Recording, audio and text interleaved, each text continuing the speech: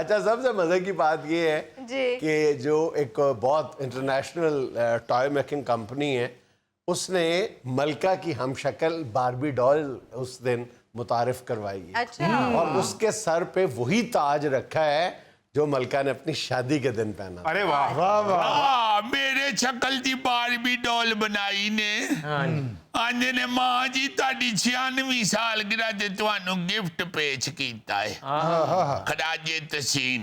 میں کیا مہربانی پتر تواڈے جی انچے کتوں خیال آیا ہے.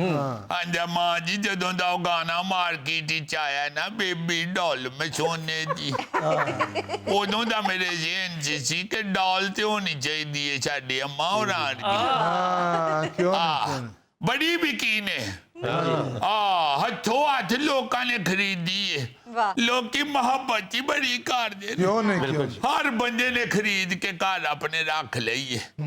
میں پھر کمپنی والیاں نو کیا میں کیا پتر چلو میرے شکل دی تے ڈال بنا دیتی جے ہن اگلی سال گرہ تے اپنے چاچے کا گڈا بھی بناؤ. کیوں نہیں ساری زندگی ساتھ گزاری ہے تو گڈا گڈی بھی ساتھ ہی ہونے چاہیے نا. ساری زندگی کٹھیا کدھرے آنا جانا مینوں نال لے کے جانا. یاداں ہی اماں جی یاد بے اتریاں نڑیاں یاداں نہیں اور بھی واہ جائیداد ہے. توں ادھر نہ بہ کے یاداں اربوں پاؤنڈز کی جائیداد کی مالک ہے نا بھائی. یاداں غریب آدمی. ماں جی نہ غصہ کرو یہ تکیہ کلام ہے. ایک بندے نے انہوں کیا چھوٹا گوشت کھاتے ہیں کنی دیر ہوئی کہندہ یاداں.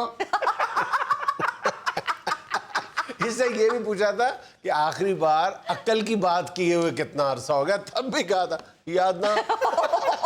ایسا اترے نو دفتر چکو ڈیٹ آف برتھ پوچھے دیا کو کہہ دیندہ یاداں.